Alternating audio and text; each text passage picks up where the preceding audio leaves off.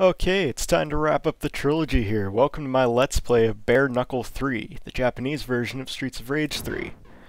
I chose to do this version of the game not because I think it is superior, but because it is easier and I was not going to run into any problems during the playthrough.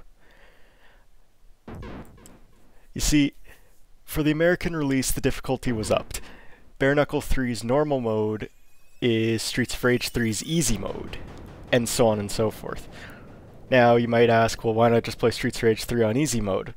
Because the game ends at stage 5. There's 7 stages in the game. So, I'm playing Bare Knuckle 3 on normal mode to get through the game without any trouble. Because, God, the difficulty's ridiculous.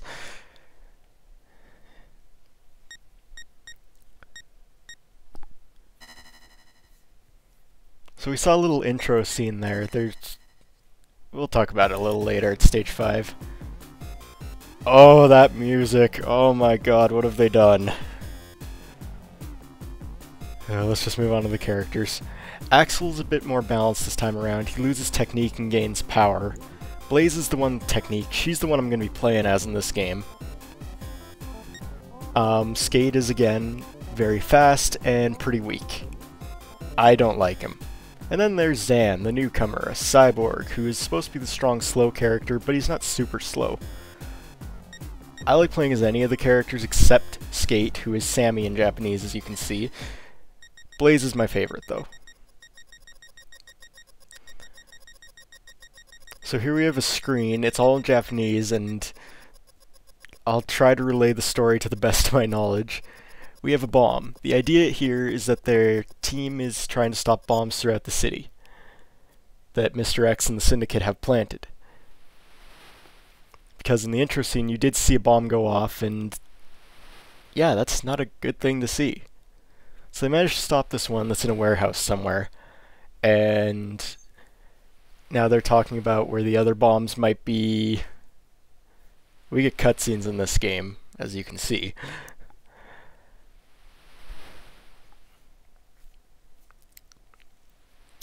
So, before they can move on, they say that there's a bunch of punks mocking them, and they have to go beat them up first before they can continue. So round 1 starts. Here we are, the warehouse. If you go behind these boxes, there's some gold bars and extra life. Now the first thing you'll notice, the graphics about this game are awesome.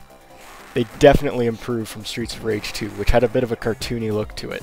This has a lot of detail and a lot of realism to it. So, we're already seeing some new enemies here. We saw these guys with blonde hair. They're named Slum here and Goldie in Streets of Rage 3. The name change isn't really anything at all. In fact, I prefer Streets of Rage 3's names for them. We have a new female punk named Garnet, or Susie, and a bandana punk named Vice, or what's his name, Jack. Oh, here's our Garcia again, which is Garcia, which leads me to believe that yes, it is just English.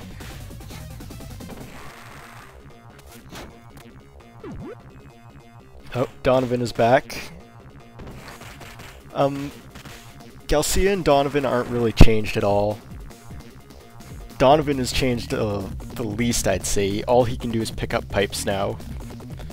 Garcia has a new jumping elbow drop, and he can pick up knives. The Vice enemies, the guys with bandanas, they specialize in grabs. If they grab you from the front, they'll headbutt you. If they grab you from behind, you can do your jump kick, and you can throw them off the shoulder. That was in Streets of Rage 1 that they needlessly took out of the second game and brought back because it should have been here the whole time. Baseball bats make a return. They act the same as pipes and the new weapon that are planks. I'm looking for the knife over here, but I can't find it. Certain characters have special moves with certain weapons. Blaze doesn't have anything with the pipes, bats, and planks, but she does have special moves with knives and swords. And kunais count as a knife in this game. They're not a separate weapon, which is a good idea. So we have another new enemy here, these guys with guns. They come in with 3 different sprite types, but they all act the same. They can break out of throws, they have a combo where they throw you, and they can shoot their gun, which is annoying. but we don't see them again until stage 6. Fat guys return, and no, you cannot throw them. Another detail that is returned that should have been taken out in the first place. Let's see if I actually use the special move with the sword here. Oh, guess not. I do use her running move with the knife, though. Oh, yeah. The big fat guys, the bongos, Big Ben, Heart, whatever you want to call him. He has most of the same moves from Streets of Rage 2. He can't jump anymore, though. However, he can pick up Galcias and throw them at you. Oh, and he can also roll across the screen, but he gets dizzy afterwards, so he's open to attack. We have bikers. They don't get off their bikes now, so they're really easy to deal with. Sun's setting. Okay. Guys come by boats here, and we see a sexually questionable man in the boat. He's actually not in the American version of this game. He was taken out.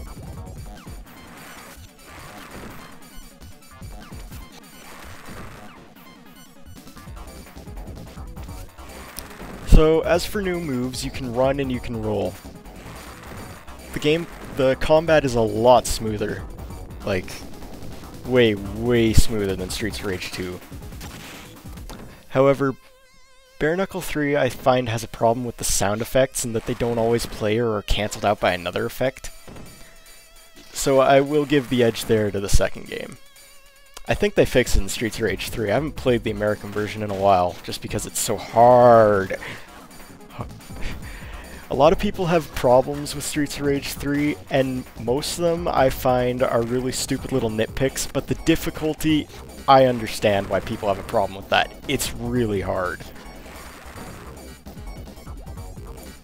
That and they fake you out by not letting you get the full ending on easy mode. No, you finish the game at stage 5 and you must try harder, friends. I don't like that. I don't see many who do. So here's this guy, Ash. He's, I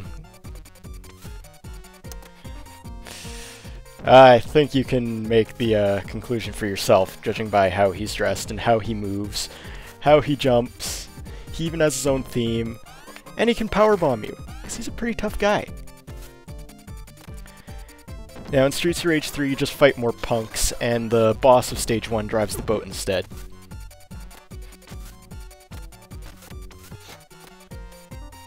You can actually play as Ash. There's a code to unlock him after you beat him. He's kind of incomplete as a playable character, so I don't really ever unlock him or use him, but if you ever get a game over and you put the code in right, then you can use him.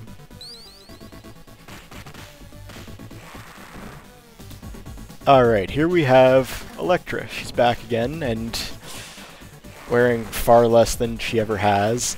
In Streets of Rage 3, she's covered up pretty much from neck down. So are the other female punks, the new ones. They get covered up a bit too. Alright, this guy looks familiar. Ah, stage 1, we're fighting Shiva already. In Streets of Rage 3, he has a blue outfit in this stage that I like much better than his green outfit. I think the green is ugly. He's not too tough. He'll grab you a lot, but his attacks don't do a lot of damage in stage 1.